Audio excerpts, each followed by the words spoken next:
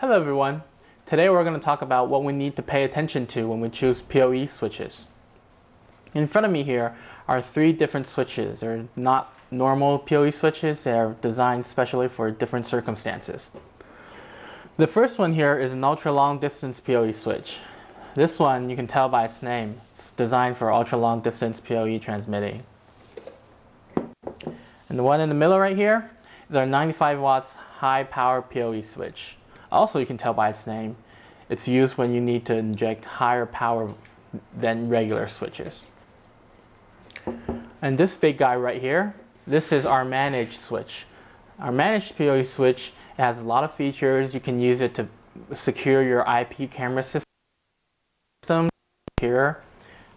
So like you can lock some devices out of the system.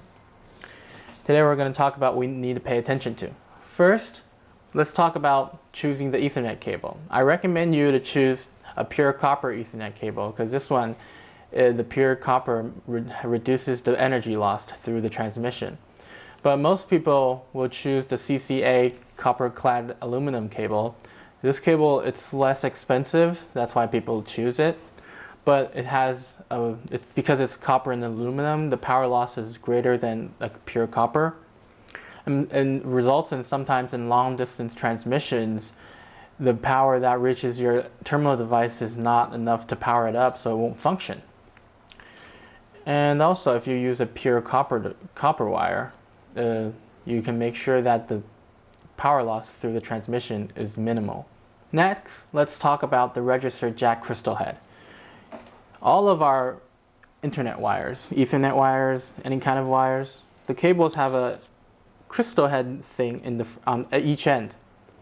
Well, these crystal heads are registered jack 45. When we clamp these on our Ethernet, we have to make sure they're clamped tightly, and the metal plates should be good condition. Some of the manufacturers use lousy materials for the metal plates, and over a period of time, the metal plates will rust. Then this will result in bad connection, and you will find your connections between your device keep breaking up. Also, we should understand that no matter under what circumstances, we cannot connect the same Ethernet cable to the same device. Like this cycles, we should not do that at all. This will, well, let's see how we say it. This can confuse your device and make your switch malfunction. Okay, now let's look at some other issues we have to pay attention to. So we also have to know, we have to always ground our PoE switches. Because, well, in our previous video, what's the PoE switch? We have talked about it before. I'm going to say it again.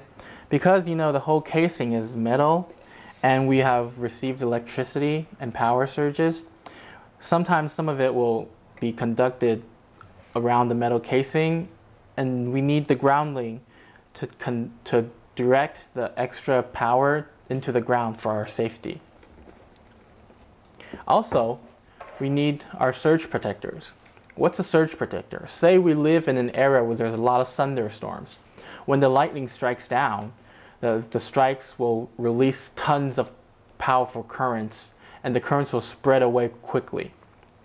If unfortunately our devices are in the current's route, the copper wire will attract the current and then send it to the device and the PoE switch.